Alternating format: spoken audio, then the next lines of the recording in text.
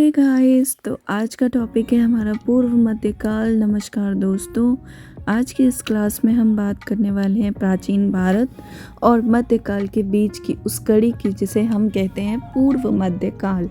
यह वह समय था जब भारत छोटे छोटे राजवंशों, संघर्षों, नई सांस्कृतिक पहचान और अद्भुत स्थापत्य कला का केंद्र बन रहा था।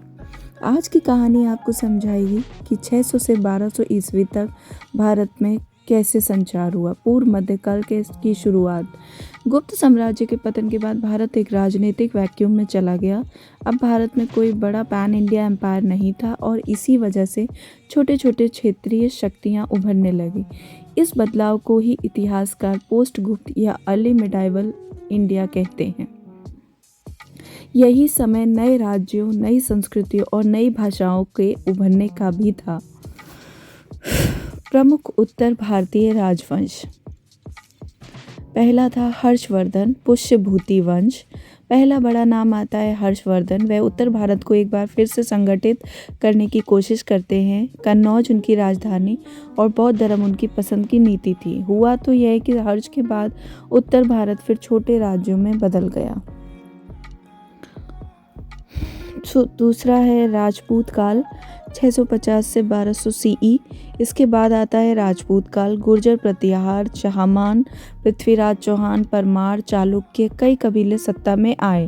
राजनीति का आधार बन गया, जैसे कुल, कबीला, वंश और राज्य।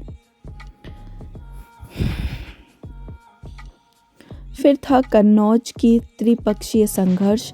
भारत का पहला बड़ा गेम ऑफ थ्रोन्स त्रिपक्षीय संघर्ष।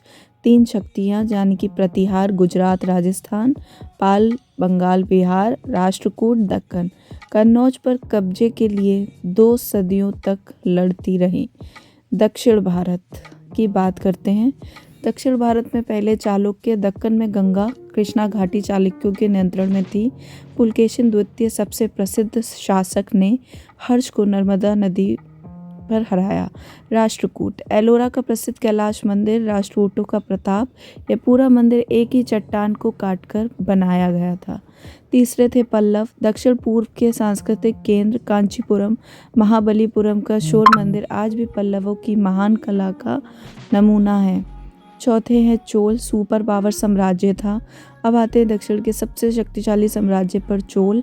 राजराज चोल और राजेंद्र चोल प्रथम ने दक्षिण पूर्व एशिया तक नौसेना भेजी और बृहदेश्वर मंदिर जैसा चमत्कार बनाया। सामाजिक आर्थिक बदलाव।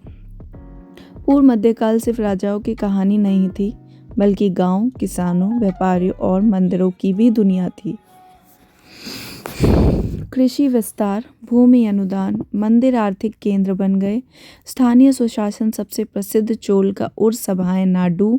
यह भारत में फीडल टेंडेंसीज के बढ़ने के दौर भी था। सांस्कृतिक विकास देखेंगे। इस समय भारतीय संस्कृति ने एक नई चमक पाई। क्षेत्रीय भाषाओं का विकास, तमिल, कन्नड़, तेलुगु। भक्ति आंदोलन की शुरुआत हुई। मंदिर स्थापत्य का स्वर्ण काल। साहित्य, शिलालेख, पुराण, क्षेत्रीय काव्य, नृत्य, संगीत परंपराओं का भी विकास हुआ। पूर्व मध्यकाल भारत की रीजनल आइडेंटिटी के जन्म का समय था। नए राज्य उभरे, नई संस्कृतियां पनपी और कला स्थापत्य ने नई ऊंचाइयां छुई।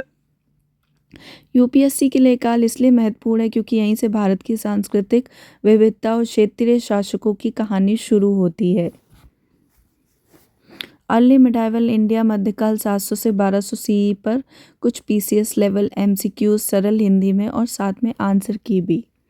आइए देखते हैं। ये एमसीक्यू पूरे सिलेबस को कवर करते हैं, जिसमें राजपूत काल, पाल प्रतिहार, राष्ट्रकूट त्रिपक्षीय संघर्ष, चोल प्रशासन, दक्षिण भारतीय राज्य, मंदिर वास्तुकला, सामाजिक आर्थिक परिवर्तन। जैसे पूर्व मध्यकाल की समय सीमा आमतौर पर किसे माना जाता है? 300 से 600 से